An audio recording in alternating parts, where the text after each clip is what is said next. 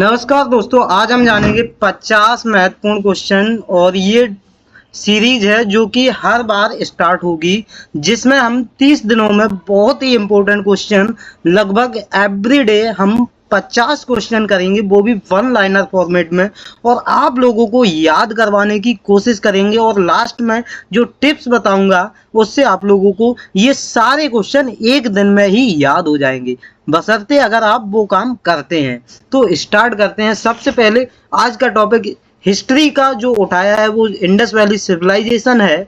सिंधु घाटी सभ्यता का सबसे पहला खोजा गया स्थल कौन सा था? उसका नाम है हड़प्पा, जिसे 1921 में दयाराम साहनी जी ने खोजा था। विशाल स्नानागार के साक्ष्य कहाँ से मिले हैं? मोहनजोदड़ो से मिले हैं। सिंधु घाटी सभ्यता के लोग किस धातु से अपरिचित थे, यानी कि किस धातु के बारे में नहीं जानते थे? वो था लोहा।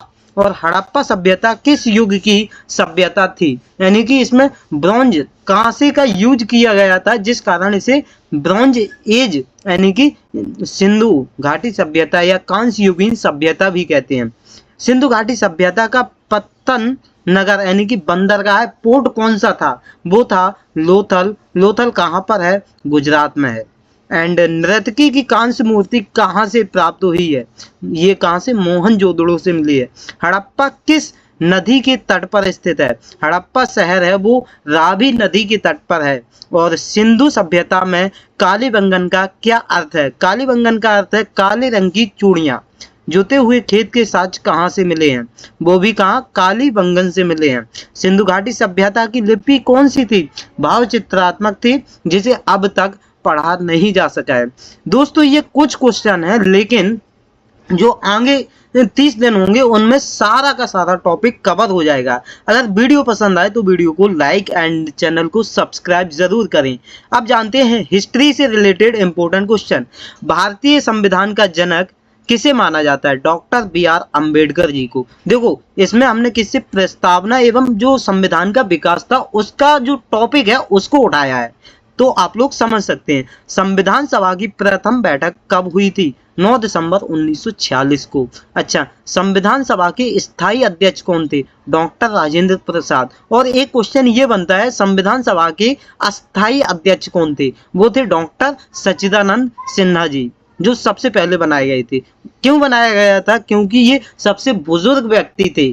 ठीक है। भारतीय संविधान को अंगीकृत कब किया गया? 26 नवंबर 1949 को, यानी कि अंगीकृत यानी कि अडॉप्ट किया गया। प्रस्तावना की भाषा किस देश से ली गई है? प्रस्तावना की जो भाषा है वो ऑस्ट्रेलिया से ली गई है। और संविधान की आत्मा किसे कहा जाता है? यानी कि वो है प्रस्तावना।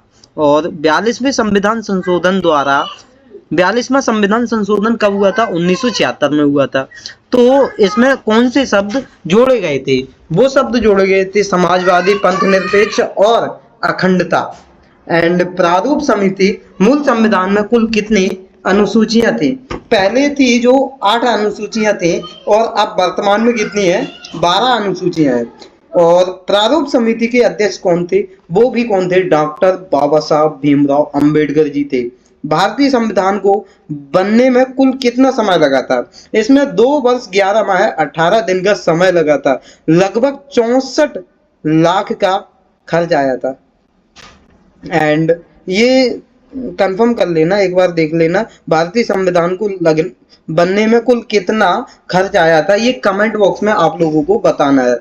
अब जानते हैं भारत का भौतिक स्वरूप, जो कि भूगोल का टॉपिक है, और इससे हम जो इम्पोर्टेंट क्वेश्चन है उसके बारे में जानेंगे। देखो दोस्तों, एक बार में पूरा टॉपिक नहीं करवा सकते हैं, क्योंकि आप लोगों को याद करना है। और सबसे बड़ी गलती ये होती है कि बच्चे जो भी होते हैं वो हिस्ट्री को अलग से पढ़ते हैं, पॉलिटी को अलग 1 महीना पढ़ते हैं, एंड जियोग्राफी को फिर तीसरे महीना पढ़ते हैं, और जो इकोनॉमी होती है उसे चौथे महीना पढ़ते हैं।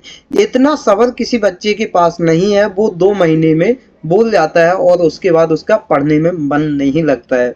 तो इसी का एक सॉल्यूशन निकाला है कि सभी टॉपिक के 10-10 क्वेश्चन करवाए जाएं एवरीडे, जिससे आपका रिवीजन होगा, और सबसे अच्छी बात है कि आप लोग उसे याद भी कर सकते हैं। तो भारत का कुल क्षेत्रफल विश्व के क्षेत्रफल का कितना है?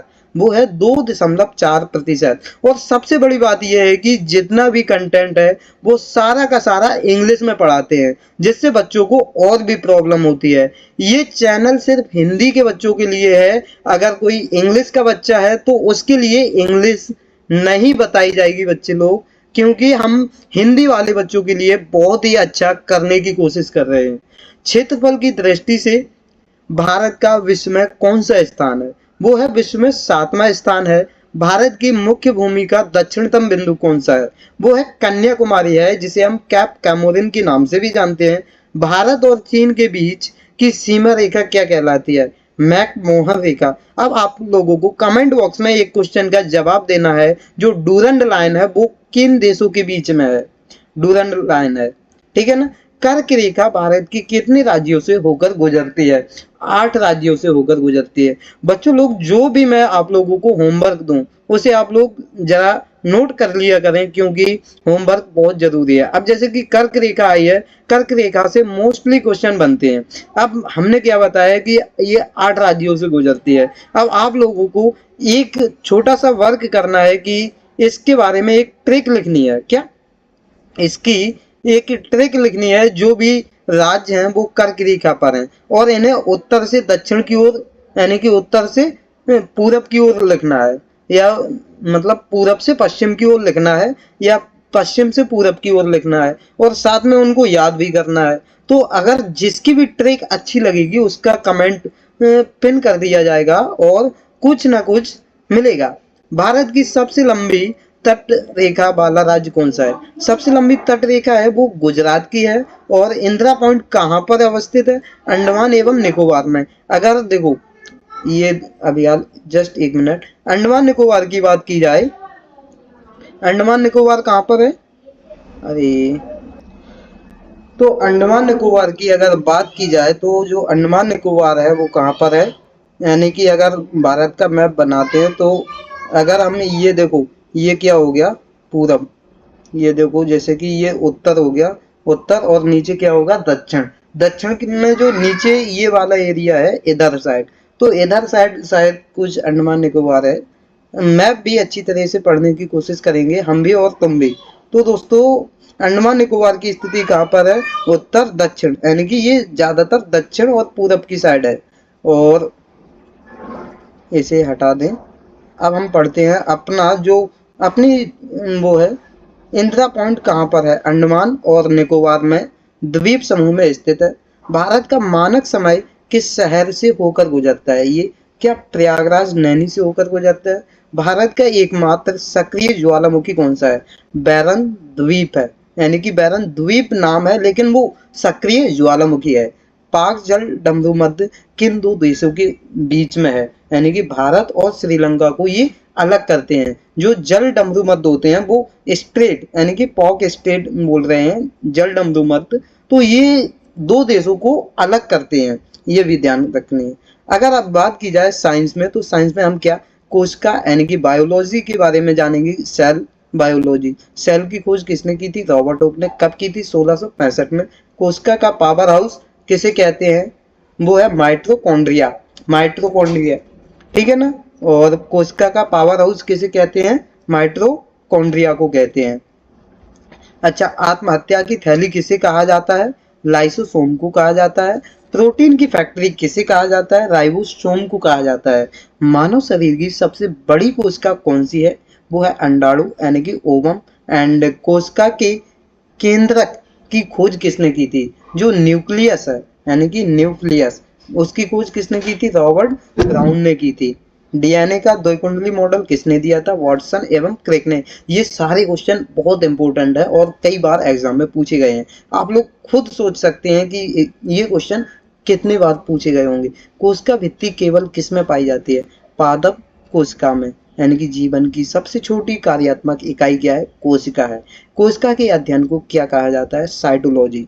एंड अब जानते हैं स्टैटिक जीके के बारे में। भारत का राष्ट्रीय ध्वज तिरंगा किसने डिजाइन किया था? वो थे पिंगली वेंकैया नायडू। जनगण मन को राष्ट्रगान के रूप में कब स्वीकार किया गया है? 24 जनवरी 1950 को। भारत का राष्ट्रीय गीत वंदे मातरम कहाँ से लिया गया है? आनंद मठ यानी कि जो वंदे मातरम है वो कहाँ से, आनंद मठ से लिया गया है, जिसके रचयिता कौन है, बंकिम चंद्र चटर्जी जी है। सत्यमेव जयते किस उपनिषद से लिया गया है, मुंडकोपनिषद से लिया गया है। भारत का राष्ट्रीय जलीय जीव कौन सा है, गंगेटिक डॉल्फिन यानी कि गंगा डॉल्फिन। इसरो का मुख्यालय कहाँ पर है, बेंगलुरु में। इसकी स्थापना कब हुई थी, 1969 में हुई थी। भारतीय रिजर्व बैंक की स्थापना कब हुई थी, 1 अप्रैल 1935 को। यानी कि ये अधिनियम था वो कब था, 1934 का अधिनियम था। विश्व स्वास्थ्य संगठन का मुख्यालय कहाँ है, जिनेवा में है, जो कहाँ पर है, स्विट्जरलैंड में है। ठीक है। भारत का प्रथम नागरिक कौन होता है, वो राष्ट्रपति होते हैं। राष्ट्रीय विज्ञान दिवस कब मनाया जाता है, 28 फरवरी को। ओजोन दिवस 16 सितंबर को मनाया जाता है। अब देखो आज तुम लोगों को क्या करना है, जो सुबह इन 50 प्रश्नों को एक बार ध्यान से पढ़ना है, यानी कि जो कि आप लोग पढ़ चुके हैं होंगे ध्यान से, और एक बार और पढ़ें, जो कठिन लगे उन पर टिक लगाएं। यानी कि दोबारा में आपको क्या करना है, एक बार पढ़ लिया आपने, लिखा होगा सारे क्वेश्चनों को, अब क्या करना है, दोबारा में पढ़ना है और उन क्वेश्चन पर टिक लगाना है जो आपको पहली बार में याद नहीं हुए, एंड पढ़ने के बाद उन पर टिक भी लगाना है। अब रात में जो सारे पढ़े थे, 2 बार पढ़ चुके होंगे तो आधे से ज्यादा याद हो गया होगा। अब उनको प्रश्न को छिपाकर, यानी कि जो उनका उत्तर होगा, यानी कि जो प्रश्नों का उत्तर है, जैसे कि क्या करना है, जैसे कि देखो ये ऐसा करना है, जैसे अब यार 1 मिनट रुकना, ये इसकी थिकनेस बढ़ाता हूँ मैं। अब देखो जैसे कि ये कितना है, 28 पद है, ये क्या है, राष्ट्रपति। भारत का प्रथम नागरिक कौन होता है, तो अब पता चलेगा कौन होता है। अब देख पा रहे हो, नहीं देखने के बाद इसे भारत का प्रथम नागरिक कौन होता है, ध्यान आना चाहिए, राष्ट्रपति। एंड अगर बात की जाए ऐसे, यानी कि इसरो का मुख्यालय कहाँ स्थित है, बेंगलुरु में। भारत का राष्ट्रीय जलीय जीव कौन सा है, खुद से बोलना है भाई तभी याद होगा। तो क्या है, गैंगेटिक डॉल्फिन। सत्यमेव जयते कहाँ से लिया गया है, मुंडकोपनिषद से। यानी कि अब बताना है कि भारतीय रिजर्व बैंक की स्थापना हुई थी, वो किस अधिनियम से हुई थी, उसका वर्ष क्या था, 1935 का अधिनियम था, नहीं 1934 का अधिनियम था ये। ठीक है। और अगर वीडियो पसंद आया हो तो वीडियो को लाइक एंड चैनल को सब्सक्राइब जरूर कर लेना। और जो इसका जो कम्युनिटी होगा चैनल का, उसमें आप लोगों को ये सारे क्वेश्चन मिल जाएंगे। एक पेज बना के मैं डाल दूंगा, 50 के 50 क्वेश्चन, जिन्हें आप दोबारा से पढ़ सकते हैं। और अगर ये पीडीएफ चाहिए तो अभी टेलीग्राम बनाने की कोशिश कर रहा हूँ, उसी ग्रुप में सभी लोगों को ऐड कर दिया जाएगा। थैंक यू, मिलते हैं नेक्स्ट वीडियो में। Bye bye.